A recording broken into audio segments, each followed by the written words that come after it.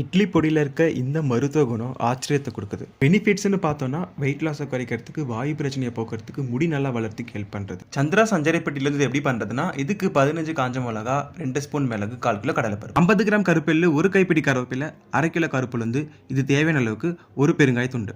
இப்போ பொடியை அரைச்செடுக்கிறதுக்கான வேலையை பார்த்துட வேண்டியதான். நம்ம பார்த்த இந்த அளவு பொருட்களை இந்த வாணலில் சேர்த்து பொன்னிறமாக வதக்காம மிதமான சூடில் வறுத்து எடுத்துக்கோங்க. இதை வறுக்கும் போது ஒரு வாசனை வரும் பாருங்க, ஆளையே தொலைச்சிரும். அந்த மாதிரி இருக்கும் வாசனை. சரி, இந்த மசாலாவெல்லாம் வறுத்து எடுத்தாச்சா? அதே வாணலில் கொஞ்சமாக எண்ணெயை விட்டு பெருங்காய கட்டியை சேர்த்து நல்லா வறுத்து எடுத்துக்கோங்க. அடுத்து என்ன, இட்லி பொடி அரைக்கிறதுக்கான நேரம் வந்தாச்சு. வறுத்தெடுத்த இந்த எல்லா மசாலாவையும் ஒரு பிளேட்டில் கொட்டி கூடவே தேவையான அளவுக்கு உப்பை சேர்த்து நம்ம ஆறுற வரைக்கும் கலரி விட போகிறோம். இப்போ என்ன, மசாலாவை அரைக்க போகிற சந்தோஷம் தான். இதை நீங்கள் மிக்சியில் அரைச்சி எடுத்திங்கன்னா நம்ம மெட்ராஸ் ஸ்டைலில் கம்மன்னு சந்திரா சஞ்சரைப்பட்டியில் செஞ்ச நம்ம இட்லி பொடி ரெடி. உணவே மருந்து. இந்த பொடியை சாப்பிடும்போது நீங்களே உணர்வீங்க.